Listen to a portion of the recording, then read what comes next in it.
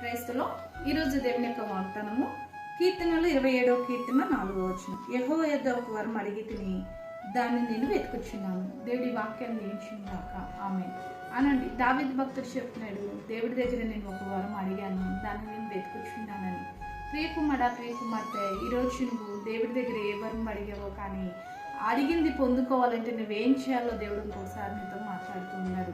వెతికే అనుభవంలోనే మనం ఉండాలి. ఎందుకంటే చాలాసార్లు మనం వెతకట్లేదండి. వెతుకుడి మీకు దొరుకుడు అని దేవుని యొక్క వాక్యం సెలవిస్తుంది. అడుగుతున్నాము, అడిగిన దాన్ని విడిచిపెట్టేస్తున్నాం. కానీ దావీదు భక్తుడు చెప్తున్నాడు, నేను ఒక వరం అడిగాను, దాన్ని నేను వెతుకుచున్నానని.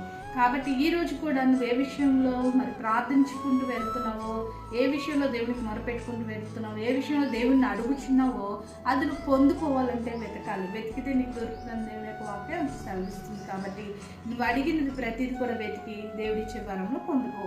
ఆ రీతిగా దేవుడు నిన్ను దీవించుగాక. ఆమేన్. ప్రార్థన చేసుకుందామండి. సకల ఆశీర్వాదాలకు కారణభూతమైన మా ప్రియ పరలోక తండ్రి, ఈ యొక్క ప్రార్థనలు ఎక్కిసిన ప్రతి బిడ్డని జ్ఞాపకం చేసుకోండి. ఏ విషయంలో నీ బిడ్డలు మొరపెడుతున్నారో, ఏ వరాలు అయితే అడుగుతున్నారో వెతికే అనుభవంలోనికి వారు వచ్చి నీ చేత అతి వరాలు పొందుకునే కృపను దయచేయమని యేసు నామములో ప్రార్థిస్తున్నాం తండ్రి. ఆమేన్.